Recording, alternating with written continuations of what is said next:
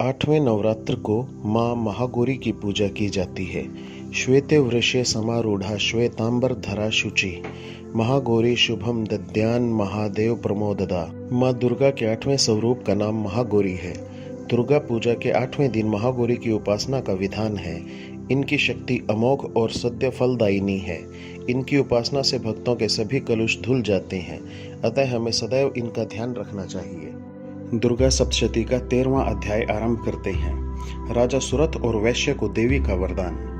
मेधा ऋषि बोले, हे राजन, इस प्रकार मैंने देवी जी का उत्तम महात्म्य तुम्हें सुनाया। जिसने इस संसार को धारण कर रखा है, वह देवी इस प्रकार के प्रभाव डालने वाली है।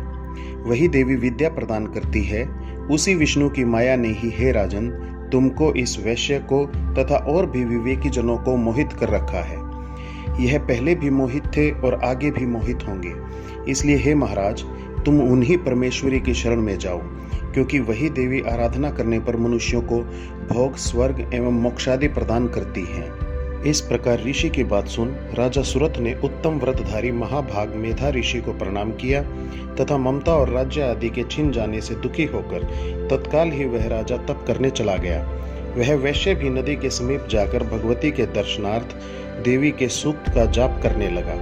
और फिर राजा और वैश्य दोनों नदी के समीप मिट्टी से देवी की मूर्ति बनाकर प्रतिदिन पुष्प, धूप और हवन आदि से धीरे धीरे आहार थोड़ा करते हुए निराहार होकर एकाग्रता से देवी जी में मन लगाकर एकचित होकर देवी की पूजा आराधना करने लगे।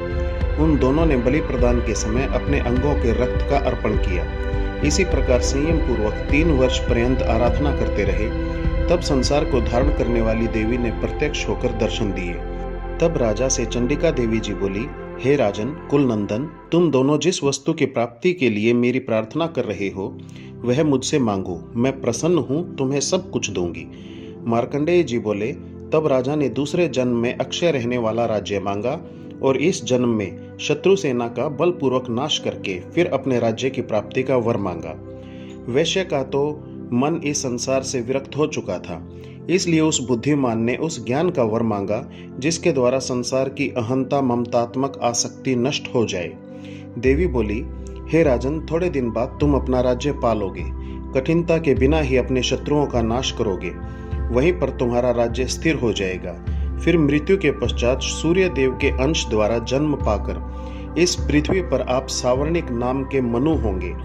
हे श्रेष्ठ वैश्य, तुमने जो उत्तम वर मांगा है, मैं उस वर को देती हूँ। मोक्ष प्राप्ति के लिए तुम्हें उस ज्ञान की प्राप्ति होगी।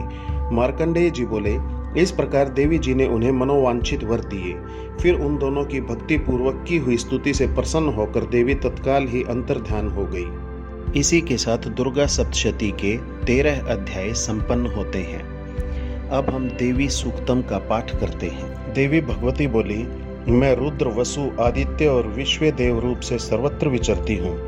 वरुण, इंद्र, अग्नि और अश्विनी कुमारों को भी मैंने ही धारण कर रखा है। सोम, विश्वकर्मा, सूर्य और ईश्वर नाम के देव मैंने ही धारण कर रखे हैं। जो देवताओं के उद्देश्य से प्रचुर हवि युक्त सोम यज्ञ आदि का अनुष्ठान करते हैं, उन यजमानों का फल मुझ में विद्यमान है। इस ब्रह्मांड की अधिष्ठात्री, पार्थिव और अपार्थिव देने वाली मैं ही हूँ। ब्रह्म साक्षात संवित ज्ञान रूपा मैं हूँ।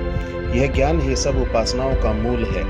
मैं ही अनंत जीवों में प्रविष्ट हूँ। देवता इस प्रकार अनेक भावों से मेरी उपासना करते हैं। जीव जो अनादि खाद्य द्रव्य भक्षण करता है, देखता है, वह प्राण धारण करता है तथा सुनता है।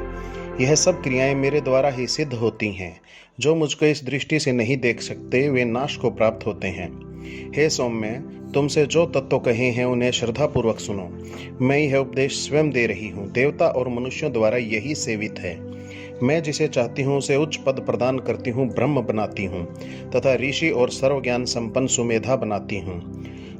इस प्रकार मैं सर्वत्र विद्यमान हूँ। मेरी आत्मा ने जगत पिता को उत्पन्न किया है। इसके ऊपरी भाग में आनंदमय कोश के अंदर विज्ञानमय कोश में तेरा कारण अवस्थित है। मैं समस्त भुवनों में प्रविष्ट होकर रहती हूँ। स्वर्ग लोक में मेरे शरीर से स्पष्ट है। मैं जल वायु की भांति प्रथित होती हूँ, तभी तो यह सारी सृष्टि आरंभ होती है। इस स्वर्ग तथा मृत्यु लोक के परे भी विद्यमान हूँ। यही तो मेरी महिमा है। ओम। यहाँ देवी सूक्तम का पाठ संपन्न होता है। अब सिद्ध कुंजिका स्तोत्र का पाठ आरंभ करते हैं। सिद्ध कुंजिका स्तोत्र का मंत्र।